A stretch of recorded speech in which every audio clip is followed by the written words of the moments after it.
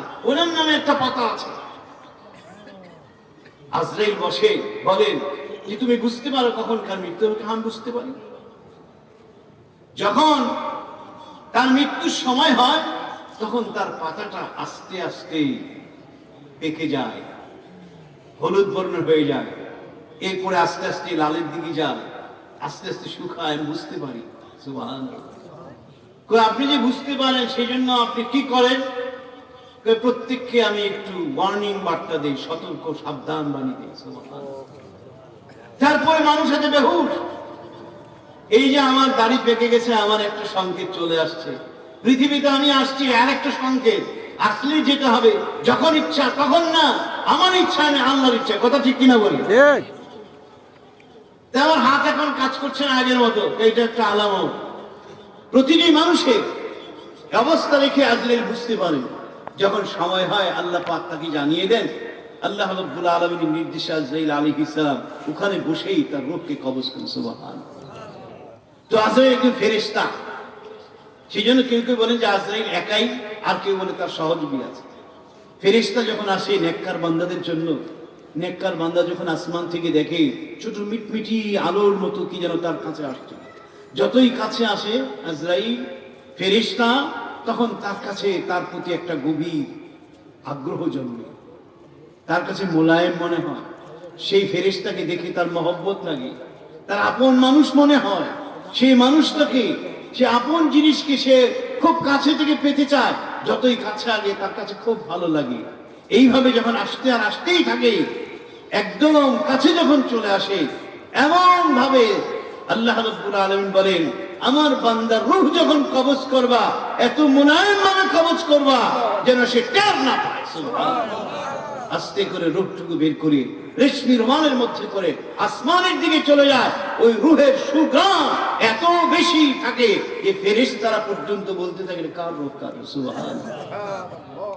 পক্ষান্তরে যারা গুনাহগার বান্দা হবে, যারা অপরাধী হবে, যারা মুজরিম হবে, যারা গুনাহগার হবে, যারা পাপী হবে, কাফের হবে, তাদের মৃত্যুর জন্য ফেরেশতা আসে। কিন্তু সেই ফেরেশতা যখন আসে, কাছে যত আগায় আসে, তখন তার কাছে বিকট মনে হয়, বিশ্রী মনে হয়, খুব ভয়ানক মনে হয়।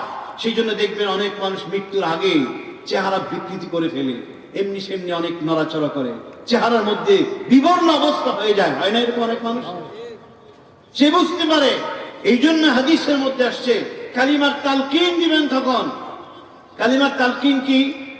কালিমার তালকিন হলো মৃত্যু সজ্জায় শায়িত ব্যক্তি যদি বুঝতে পারেন যে এখন চলে যাবে, তখন তার কানের পাশে গিয়ে আপনি তালকিন দিবেন, আশহাদু আল্লা ইলাহা ইল্লাল্লাহ ওয়া আশহাদু আন্না মুহাম্মাদান আবদুহু ওয়া রাসূলুহু, লা ইলাহা ইল্লাল্লাহ মুহাম্মাদুর রাসূলুল্লাহ। কিন্তু বলবেন না, পড়েন পড়েন বলেন।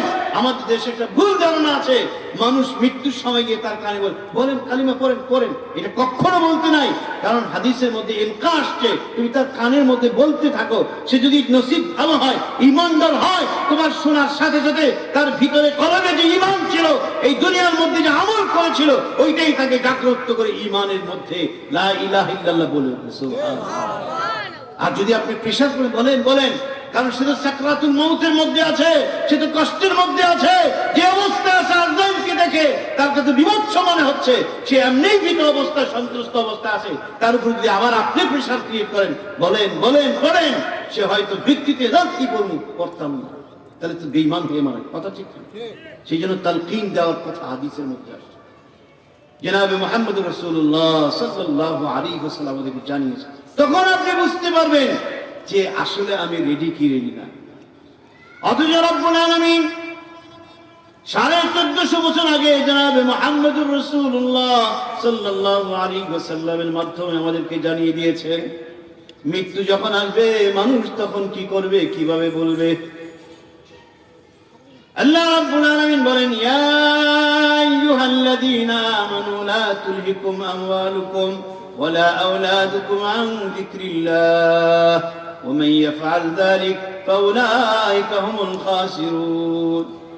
ইয়া আইয়ুহাল্লাযীনা আমানু, হে ঈমানদারগণ, যারা ঈমান এনেছো আল্লাহর প্রতি, রাসূলের প্রতি, পরকালের প্রতি, লা তুলহিকুম আমওয়ালুকুম ওয়ালা আওলাদুকুম, তোমাদের সন্তান এবং তোমাদের সম্পদ, তোমাদের সম্পদ এবং তোমাদের সন্তান যেন তোমাদেরকে বিরত না রাখে, তোমাদের সন্তান ও সম্পদ যেন তোমাদেরকে দূরে সরায় না রাখে। লা তুলহিকুম, তোমাদেরকে যেন বিরত না রাখে, তোমাদের সন্তান সম্পদ কি থেকে? আন যিকরিল্লাহ, আল্লাহ পাকের জিকির থেকে। আল্লাহকে স্মরণ করা, আল্লাহর হুকুম পালন করা। জিকির বলতে এখানে ব্যাপক অর্থে বোঝানো হয়েছে আল্লাহ পাকের সমস্ত হুকুম আহকাম আল্লাহর জিকিরের মধ্যে শামিল।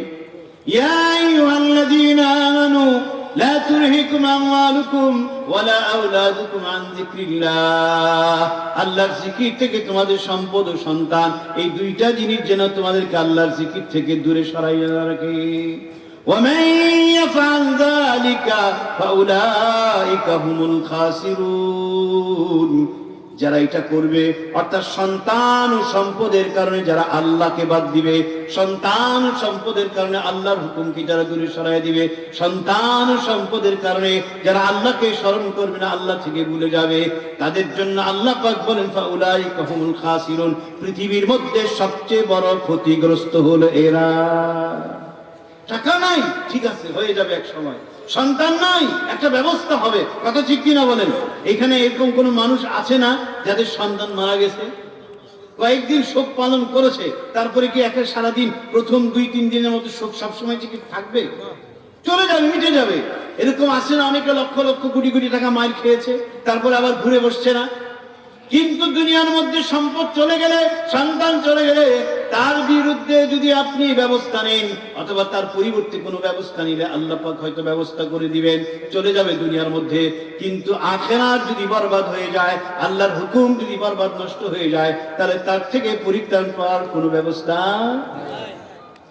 এরপর আল্লাহ বলেন ওয়ানফিকু মিম্মা রাযাকনাকুম মিন ক্বাবলি আন ইয়াতিয়া আহাদাকুমুল মাউত فيقول ربي لولا أخرتني إلى أجل قريب। وأنفقوا مما رزقناكم, আল্লাহ পাক বলেন আমি তোমাদেরকে যা রিজিক দিয়েছি তা থেকে তোমরা খরচ করো। কেন? মিন ক্বাবলি আন ইয়াতিয়া আহাদাকুমুল মাউত, কখন খরচ করবেন ভাই?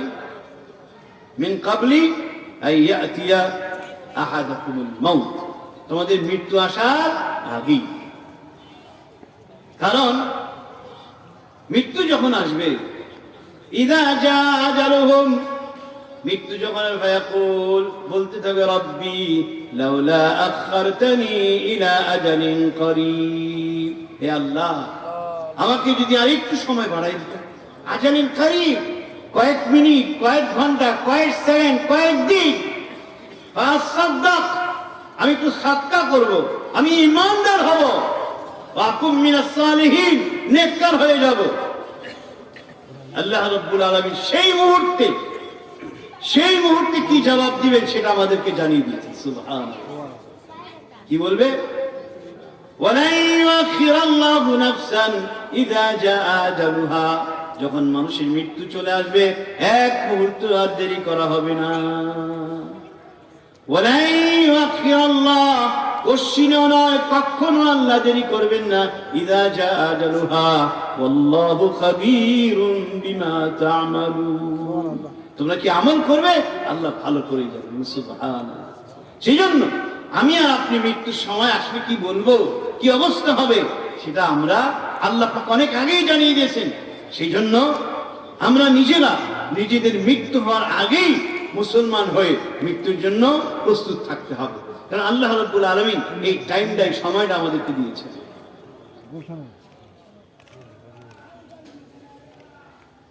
আল্লাহ রাব্বুল আলামিন যে জন্য আমাদেরকে সৃষ্টি করেছেন, সেই সৃষ্টির আসল বিষয়টা আমি আপনাদের সামনে বলেই শেষ করে দিচ্ছি। আল্লাহ রাব্বুল আলামিন বলেন আল্লাযী খালাকাল মাউতা ওয়াল হায়াতা লিয়াবলুয়াকুম আইয়ুকুম আহসানু আমালা, এই দুনিয়ায় তোমাদেরকে একটা পরীক্ষা করার জন্য পাঠিয়েছেন। লিয়াবলুয়াকুম, তিনি তোমাদেরকে পরীক্ষা করবেন। কিসের পরীক্ষা? আইয়ুকুম আহসানু আমালা, তোমাদের মধ্যে কে উত্তম আমল করে, কার আমল কার কার উত্তম হয়, ভালো হয়, নেক হয়, সৎ হয়, সেটা দেখার জন্য, পরীক্ষা করার জন্য আল্লাহ তোমাদেরকে হায়াত এবং মৌত সৃষ্টি করেন। সুবহানাল্লাহ। তাহলে দুনিয়ার মধ্যে আল্লাহ পাক আমাদেরকে শুধু খাওয়ার জন্য পাঠিয়েছেন না, খাওয়া মানুষের মাকসাদ নয়। দুনিয়ায় বেঁচে থাকার জন্য খাওয়ার জরুরত দরকার আছে, কিন্তু এটা মাকসাদ নয়, এটা উদ্দেশ্য নয়, এটা মানুষের জীবনের গোল নয়। গোল হলো শুধুমাত্র আল্লাহকে রাজি খুশি করা। সুবহানাল্লাহ। সেই জন্য আসল জিনিস আমরা ভুলে গেছি। আল্লাহ রাব্বুল আলামিন বলেন, আল্লাযী খালাকাল মাউতা ওয়াল হায়াতা লিয়াবলুয়াকুম আইয়ুকুম আহসানু আমালা।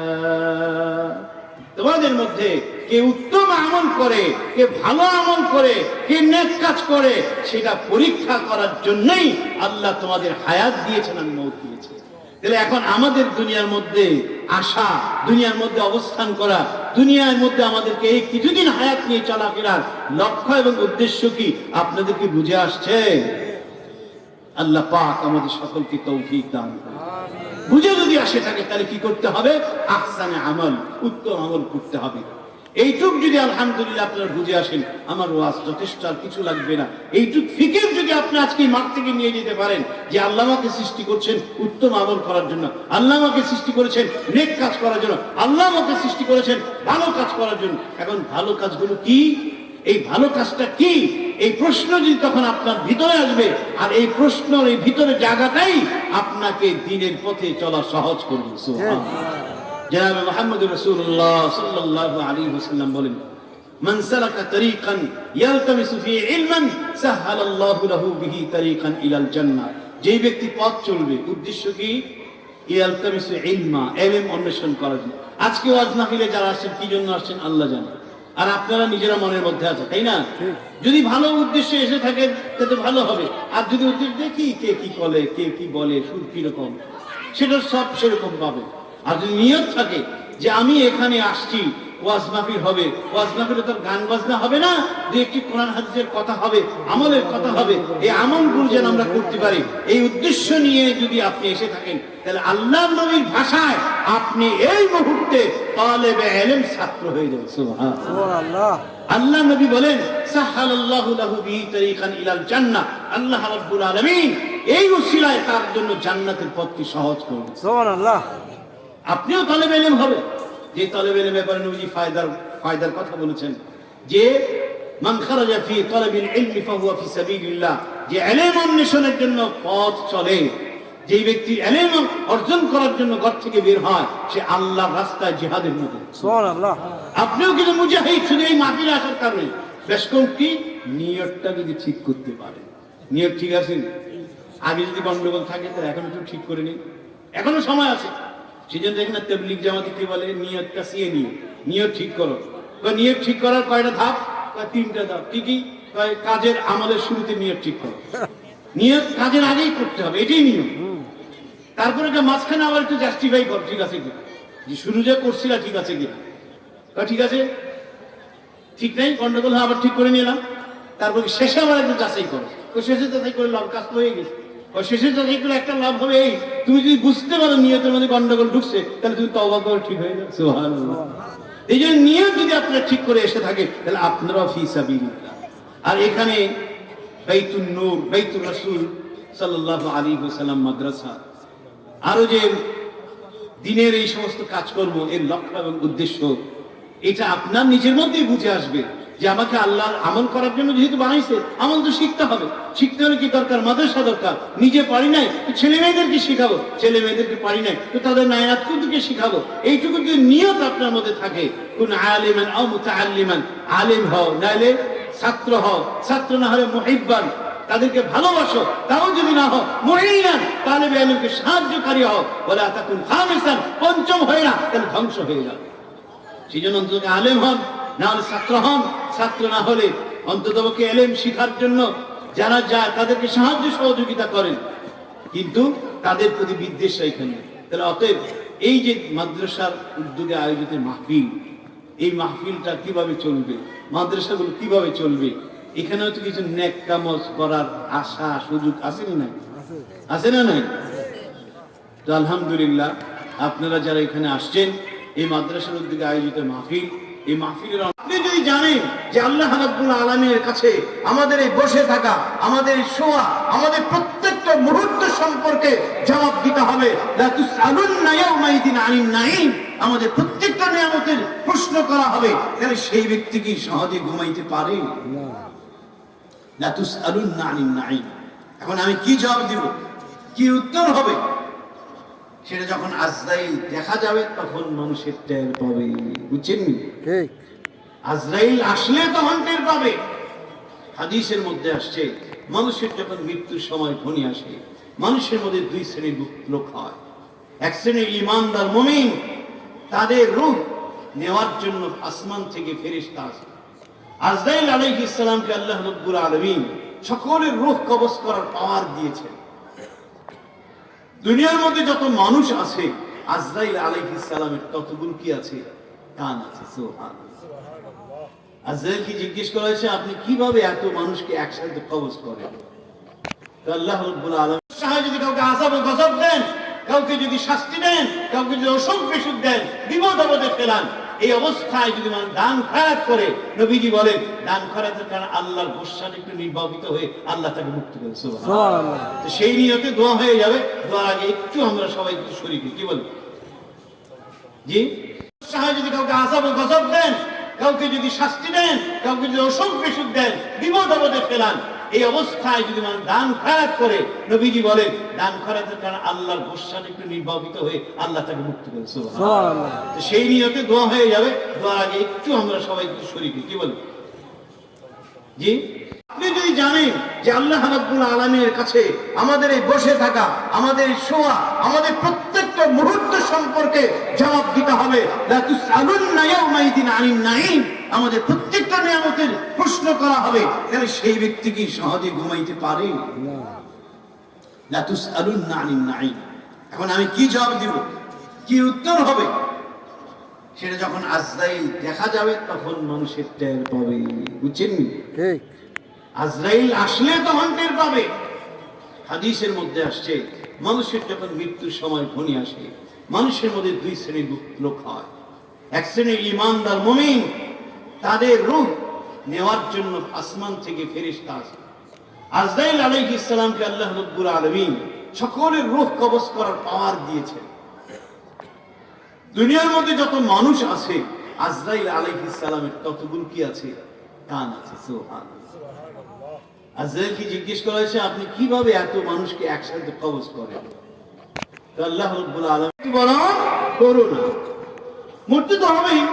কোরআনের এক আয়াত আল্লাহ বলেছে, কুল্লু নাফসিন যায়কাতুল মউত, অবশ্যই মরতে হবে। কার কখন মৃত্যু সেটা কেউ জানে না। যেহেতু কখন কার মৃত্যু হবে আমরা জানি না, এরপরে আবার আল্লাহ বলছেন, ওয়ালা তামুতুন্না ইল্লা ওয়া আনতুম, মুসলমান না হয়ে মৃত্যুবরণ করো না। তিনটা মিন ক্বাবলি আইয়াতি আহাদাকুল মাউত, তোমাদের কারো মৃত্যু আসার আগেই তোমরা কি করো? সঞ্চয় করো।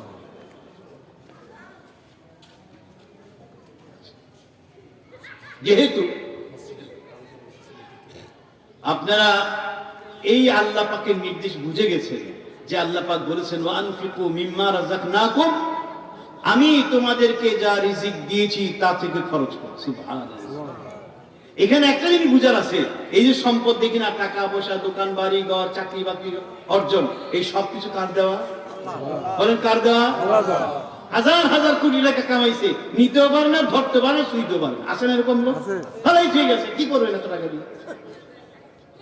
আবার আপনি আমি কামাই করেছি, আলহামদুলিল্লাহ, অল্প কিছু দিয়েছে, আল্লাহ পাক ওইটার মধ্যে বরকত দিয়ে এমন করেছে, কারো মুখোপেক্ষী হতে হয় না। আল্লাহ পারে কি পারে না? এই জন্য আল্লাহ বলেন, ওয়া আনফিকু মিম্মা রাযাকনাকুম। কোরআন শরীফ আয়াত যারা বুঝেন তারা বুঝবেন, রাযাকনাকুম, আমি তোমাদেরকে যে রিজিক দিয়েছি সেই রিজিক থেকে খরচ করো। অর্থাৎ তুমি যে কামাই করছো এটা তোমার না, কার? আল্লাহ। হ্যাঁ, কিছুদিনের জন্য আল্লাহ পাক তোমাকে আমানত বানাইছে, মালিক বানাইছে, কিন্তু এটা প্রকৃতপক্ষে তোমার নয়। সমস্ত সম্পদের মালিক কে? কুলিল্লাহুম্মা মালিকুল মুলক তাবারাকাল্লাযী বিয়াদিহিল মুলক। সমস্ত রাজত্ব কার? সমস্ত সম্পদ কার? অতএব এই আল্লাহর দেওয়া জান, আল্লাহর দেওয়া মাল, আল্লাহর রাস্তায় খরচ করার নির্দেশ যেহেতু আল্লাহ দিয়েছেন, তাই আমরা এখন দোয়া করব। দোয়ার আগে হযরত মাওলানা হাফেজ ইব্রাহিম দামাত বরকাতুহ অনেক মুজাহিদ মানুষ, অনেক মুজাহিদ মানুষ। আমি তো ছোটকাল থেকে চিনি, একসাথে কারি ওবায়দুল্লাহ সাহেব হুজুরের কাছে আমিও ছাত্র পড়েছি। হাফিজ জুজের মহব্বত খুব বেশি রাখে, আর হাফিজ জুজ তো বাংলাদেশে শুধু বটগাছ মার্কা নয়। আমি হাফিজ জুজুর রহমতুল্লাহর খেদমত করার কিছু সুযোগ পেয়েছি। করোনা মরতে তো হবেই, কোরআনের এক আয়াত আল্লাহ বলেছে কুল্লু নাফসিন যায়কাতুল মউত, অবশ্যই মরতে হবে। কার কখন মৃত্যু সেটা কেউ জানে না। যেহেতু কখন কার মৃত্যু হবে আমরা জানি না, এরপরে আবার আল্লাহ বলছেন ওয়ালা তামুতুন্না ইল্লা ওয়া আনতুম, মুসলমান না হয়ে মৃত্যুবরণ করো না। তিনটা